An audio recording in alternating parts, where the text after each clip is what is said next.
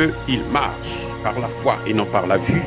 Mais moi, je vous conseille vivement de marcher par la connaissance scientifique et historique, notamment celle de nos ancêtres kémites, par les 5 sens et par l'intelligence. Hotep, vive l'Afrique éternelle et que Dieu vous bénisse. Abou Apia.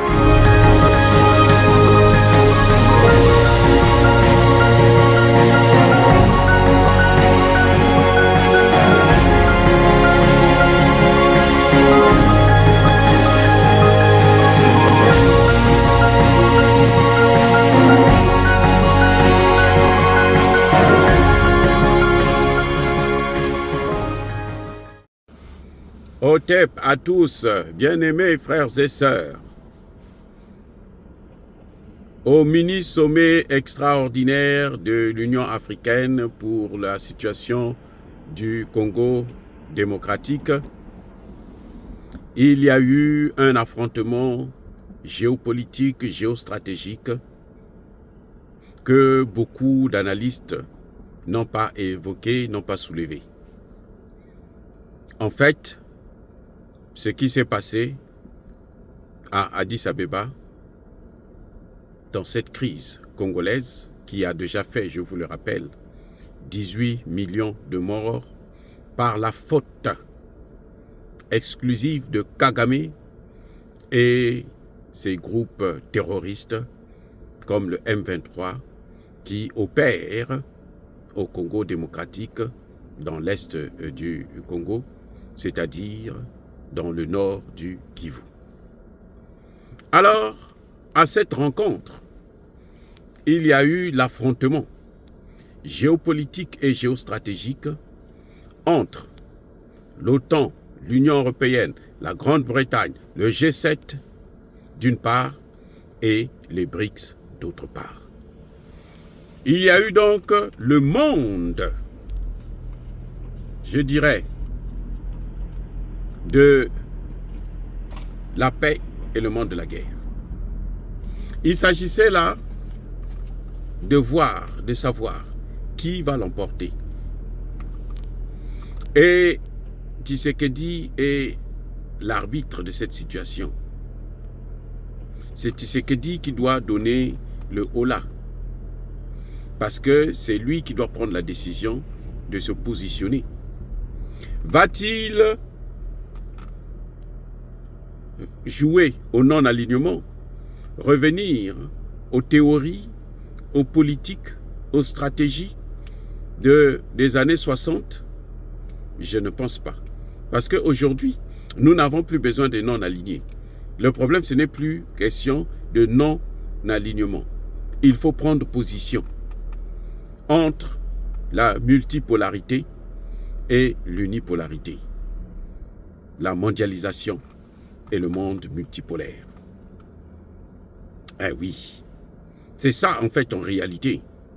C'est qui vous amène de l'argent et qui vous amène des armes, qui vous amène la guerre, qui vous amène la paix.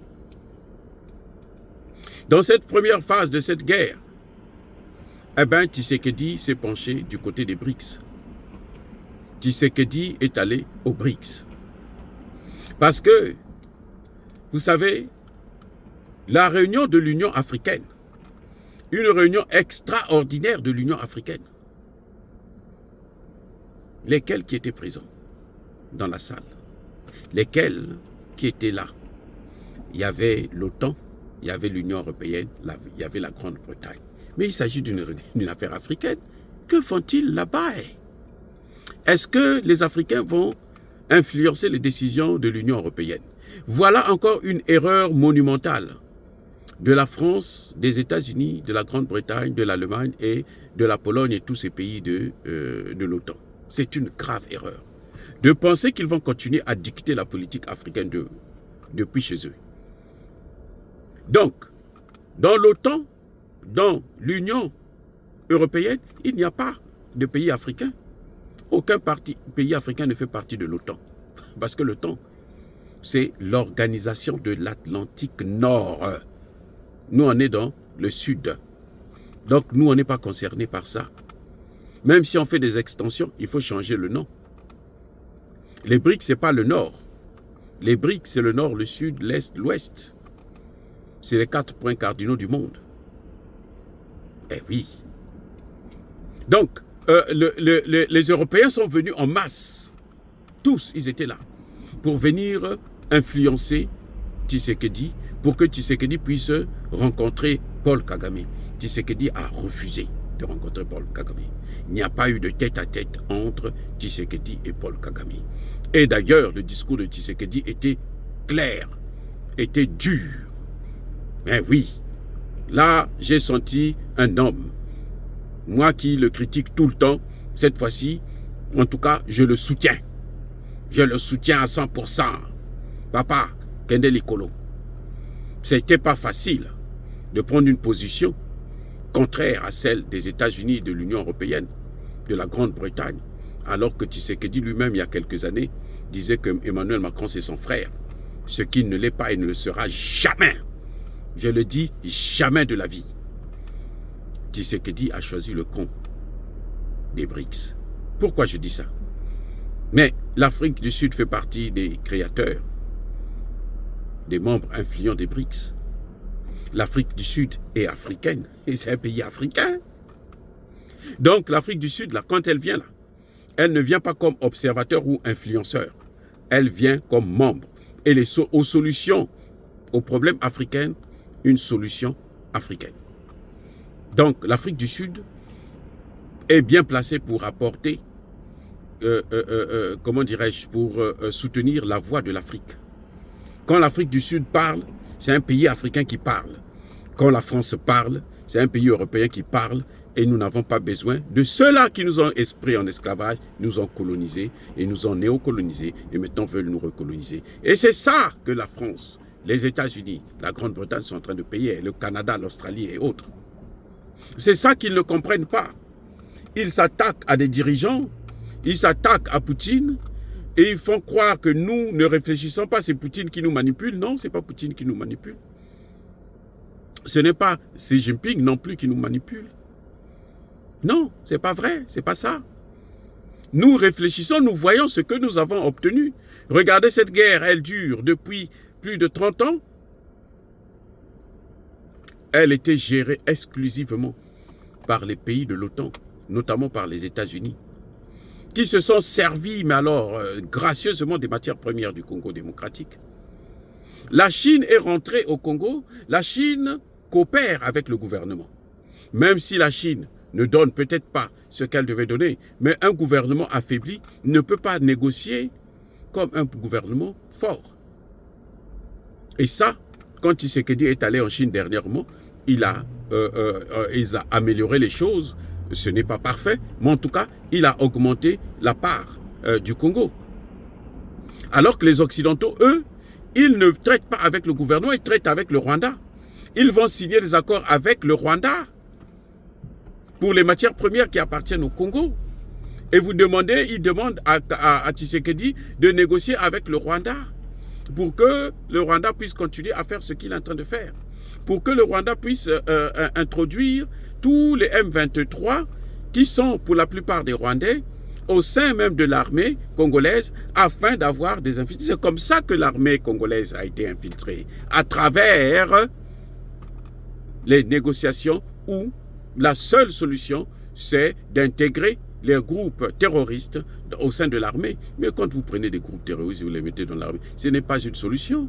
Voilà ce que ça donne, 34 ans où on a fait ça. Et aujourd'hui, l'armée congolaise est une armée complètement infiltrée.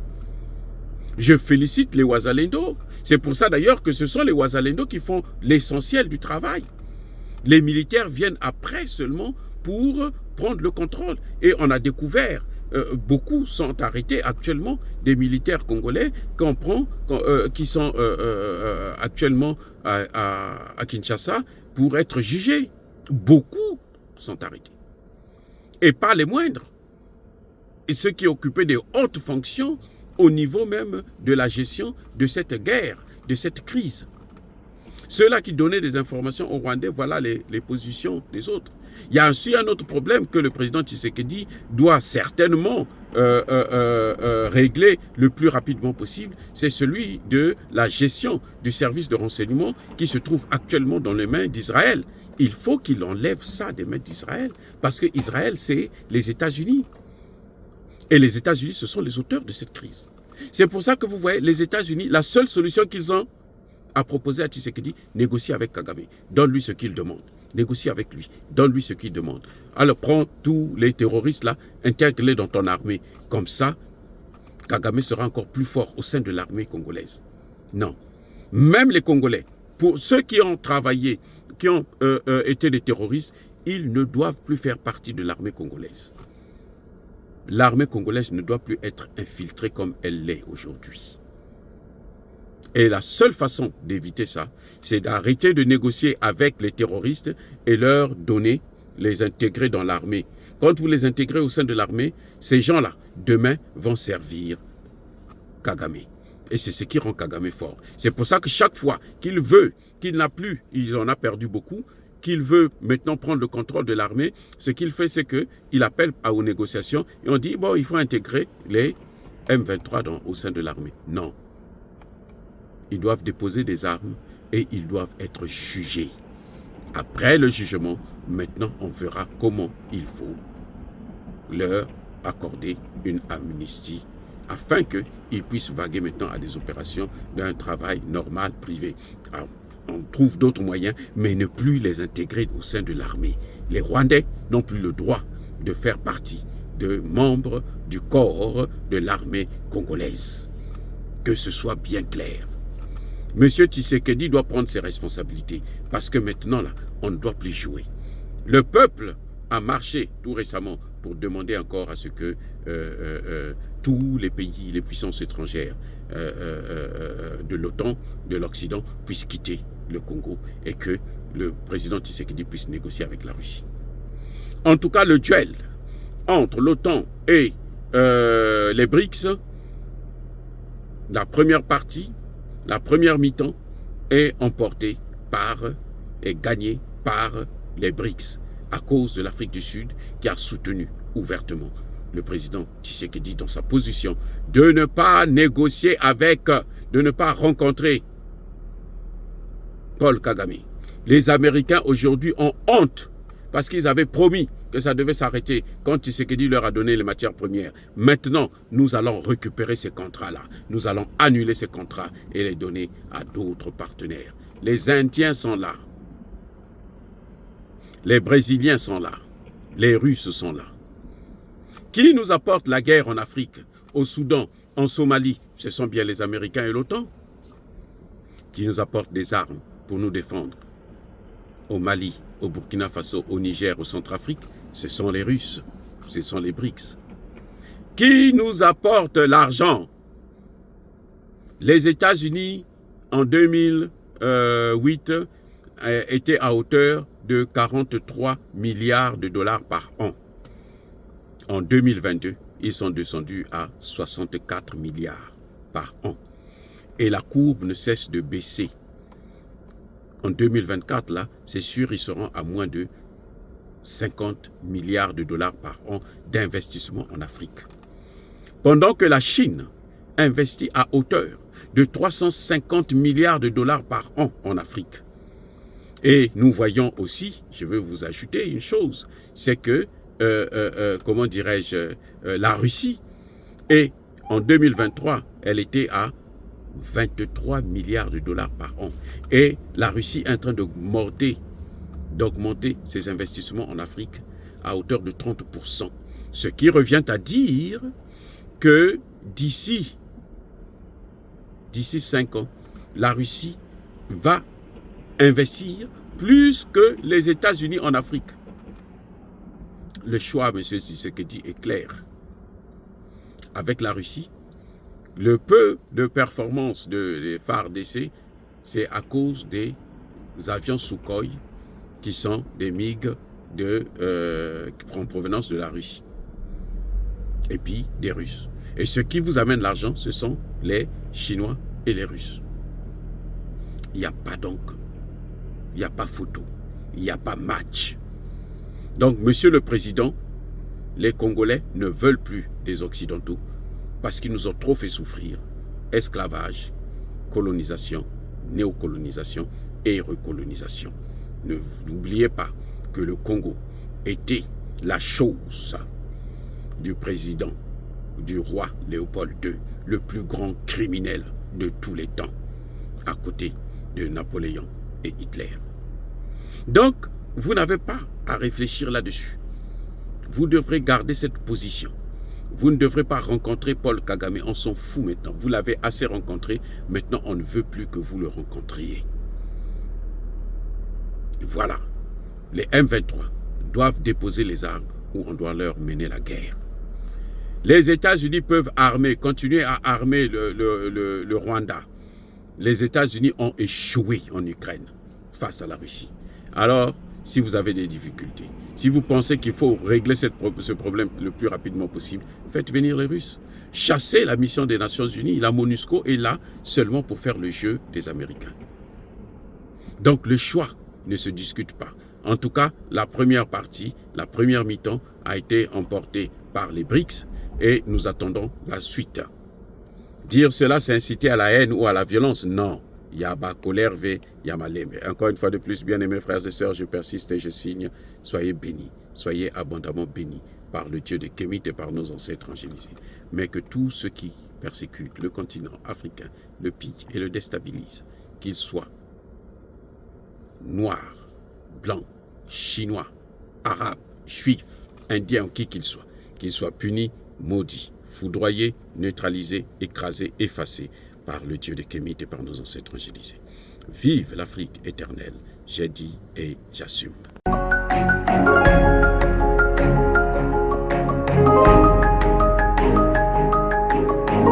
Otep, bien-aimés frères et sœurs, vous connaîtrez la vérité et la vérité vous affranchira. Ça, c'est pas moi qui le dis, c'est la Bible qui le dit. Mais moi, je vous dis mieux. Vous connaîtrez la vérité historique, notamment celle de vos ancêtres kémites, et vous aurez une vision globale de ce que c'est que la vraie souveraineté politique. J'ajoute, vous reviendrez à la spiritualité africaine ancestrale et vous comprendrez les enjeux de l'indépendance économique. Et pour terminer, vous accepterez votre identité culturelle kémite et vous obtiendrez deux choses. La première, c'est la paix, la seconde, c'est le développement, à une condition. L'unité de toute l'Afrique noire, l'unité de tous les Noirs du monde entier.